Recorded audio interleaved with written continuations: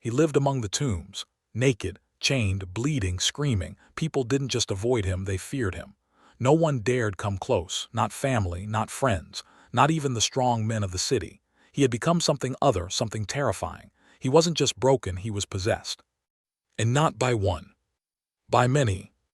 A legion of demons ruled his body. His voice was not his own. His mind was shattered. His soul was lost in darkness. If there was ever a man beyond saving, it was him. And yet Jesus stepped onto that shore. He didn't run, he didn't fear. He didn't ask for an explanation. He spoke, and every demon obeyed. Every scream went silent. Every torment broke in an instant. And the man who had been the enemy of God sat at Jesus' feet, clothed, calm, and clean. But what happened next was even more shocking. This man, moments ago possessed, now wanted nothing more than to follow Jesus, to leave it all behind, to go with the one who saved him. But Jesus said no. He told him to go home, back to the people who feared him, back to the place of his shame, back to the memories, back to the pain. And Jesus said, "Tell them how much the Lord has done for you, how he had mercy on you." And that's what he did. This is not just a story about demons. It's a story about redemption, about being healed and sent, about being restored and then released. From possessed to preacher, from feared to sent. Because sometimes when Jesus saves you, he doesn't let you run away. He sends you back to testify. No one expected this man to become a messenger. He had been the warning, the legend, the nightmare parents used to keep children close, the kind of person towns erase from memory because they don't know what else to do. No one ever came near him to ask what happened. They only ran. But Jesus didn't run. He came closer than anyone ever dared, not to study him, but to set him free. When Jesus arrived, the man didn't even speak first. The demons did. They recognized Jesus instantly, not with worship but with terror. "What do you want with us?" they cried. "Don't torment us." It's strange, people didn't fear Jesus, but demons did, because they knew what was about to happen. They knew their time was over. Jesus didn't need a sword. He didn't need a crowd. With one word, the power that ruled this man shattered. And in that moment, the impossible happened. The possessed became whole. His body still bore the scars. His name was still stained in memory, but his soul had been restored. And that's when something even more powerful happened. The man begged to follow Jesus. He didn't want to stay where everyone remembered what he used to be. He didn't want to face the shame, the stares, the silence. But Jesus told him to do the very thing he feared most: go home. Jesus could have taken him, could have hidden him, could have made him part of the disciples.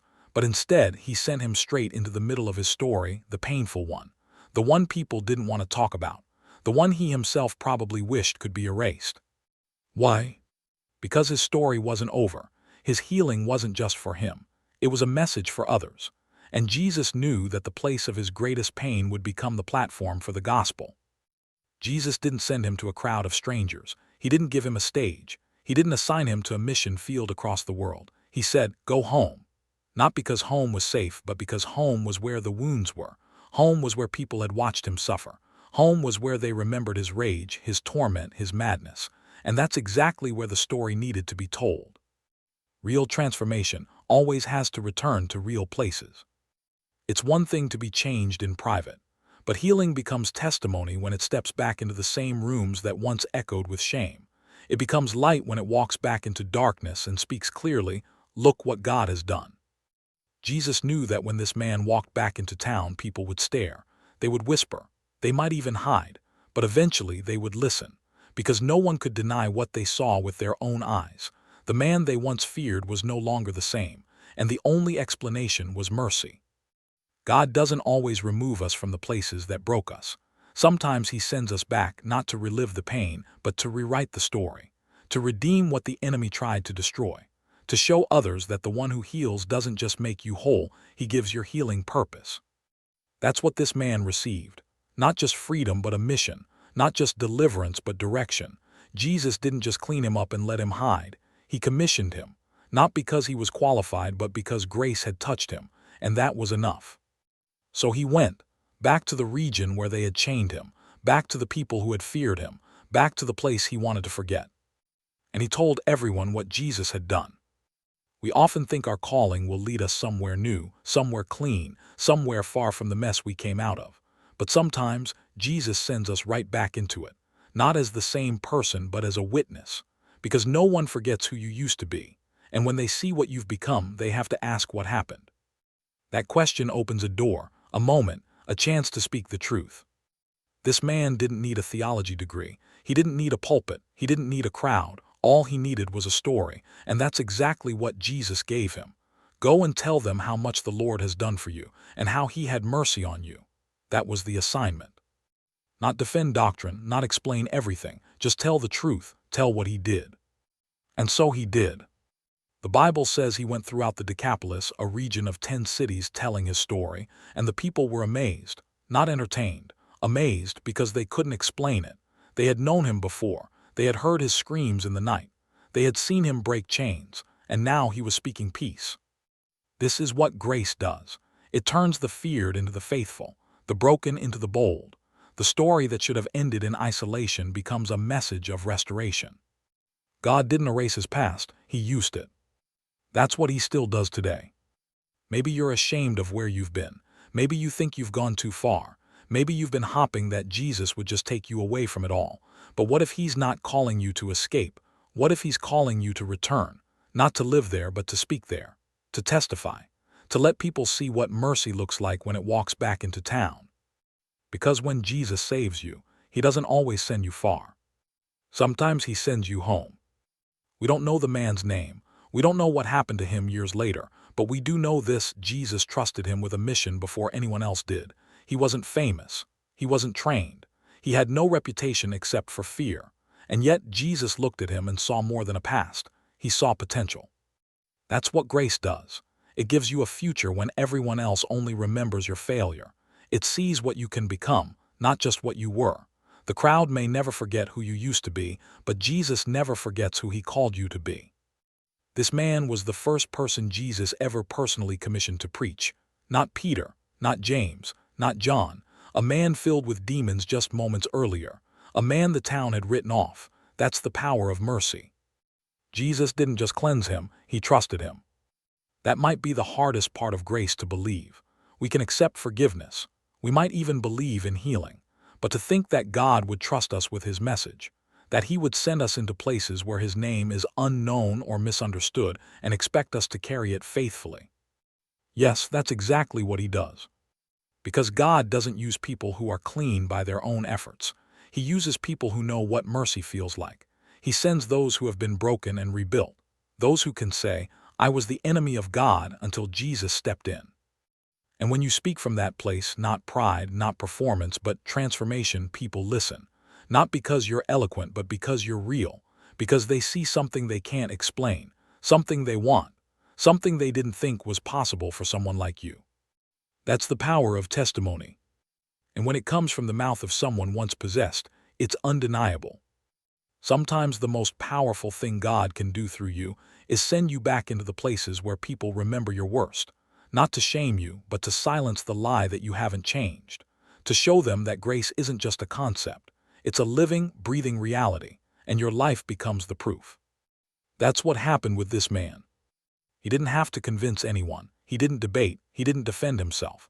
He simply walked into familiar places with a new spirit, and people noticed. Because when someone truly encounters Jesus, the difference is visible. It's not just behavior, it's presence, peace, clarity, authority, the kind that doesn't come from within but from the one who set them free. You don't need to clean up your story for it to matter. You just need to be honest about what Jesus did. The enemy wants you to believe your past disqualifies you, that you're too marked, too unstable, too complicated, that if people knew who you really were, they'd never listen. But that's the lie.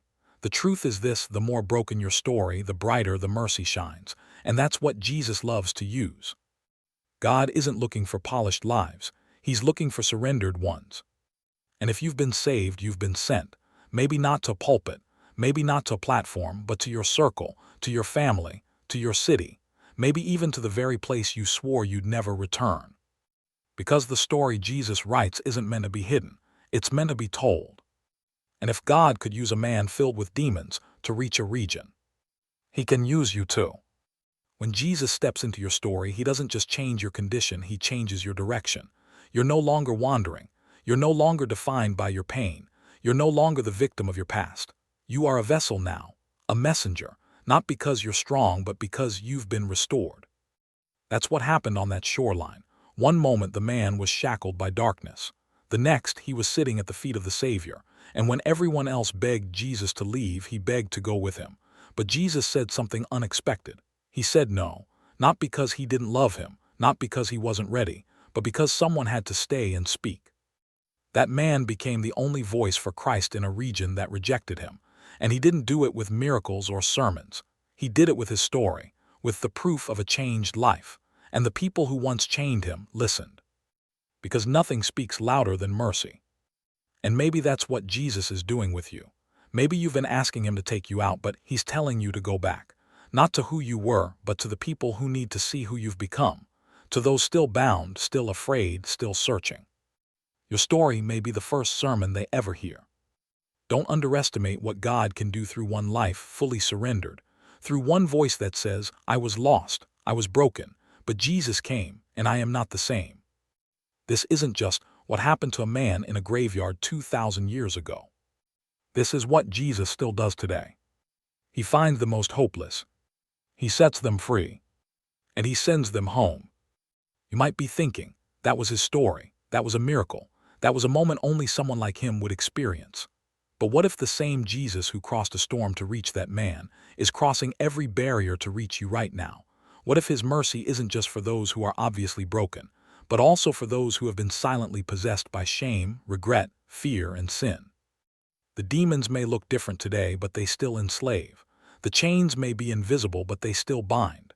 The silence may be louder than screams, but it still hurts. And yet Jesus comes, not when you've fixed yourself, not when you've cleaned it up. He comes into the tombs, the graveyards, the forgotten places, and calls you by name. You don't have to earn the right to be healed. You don't have to explain everything. You don't have to undo your past. You just have to surrender. That's where the miracle begins. And when he restores you, he sends you. Maybe not far. Maybe just across the room. Maybe across the street. Maybe across years of silence between you and someone who once loved you. Your restoration is not the end. It's the beginning of your mission. You don't need to wait until you're ready. You just need to be willing, because someone in your life is still wondering if freedom is possible. And when they see you, hear you, remember what you were, and witness who you've become, they'll know. They'll know Jesus stepped in.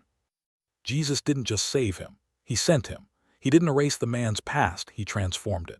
The same mouth that once cried out in torment now carried a message of mercy. The same body that was once chained became a vessel of testimony. And the same man everyone avoided became the first voice of the gospel in a region that had rejected Jesus. That's how Jesus works. He doesn't waste a story. He redeems it.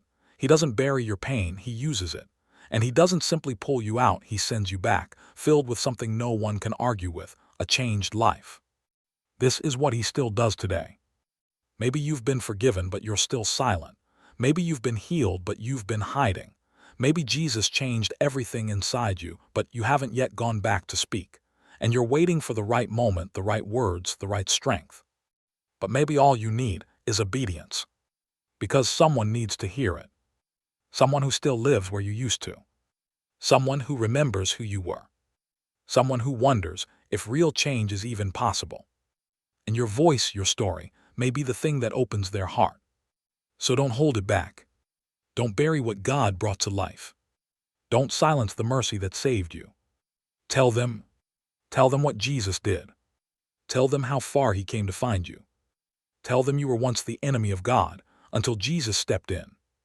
And if this message spoke to you, don't just feel it, move with it. Let it stir something deeper. Let it send you too. And if your soul needs more reminders like this, more truth that breaks chains, lifts shame, and revives calling, then stay close. Subscribe. Not just for content. For clarity. For courage. For a voice that calls you out of silence and back into purpose. You're not who you were. And Jesus didn't save you to keep quiet. He saved you to send you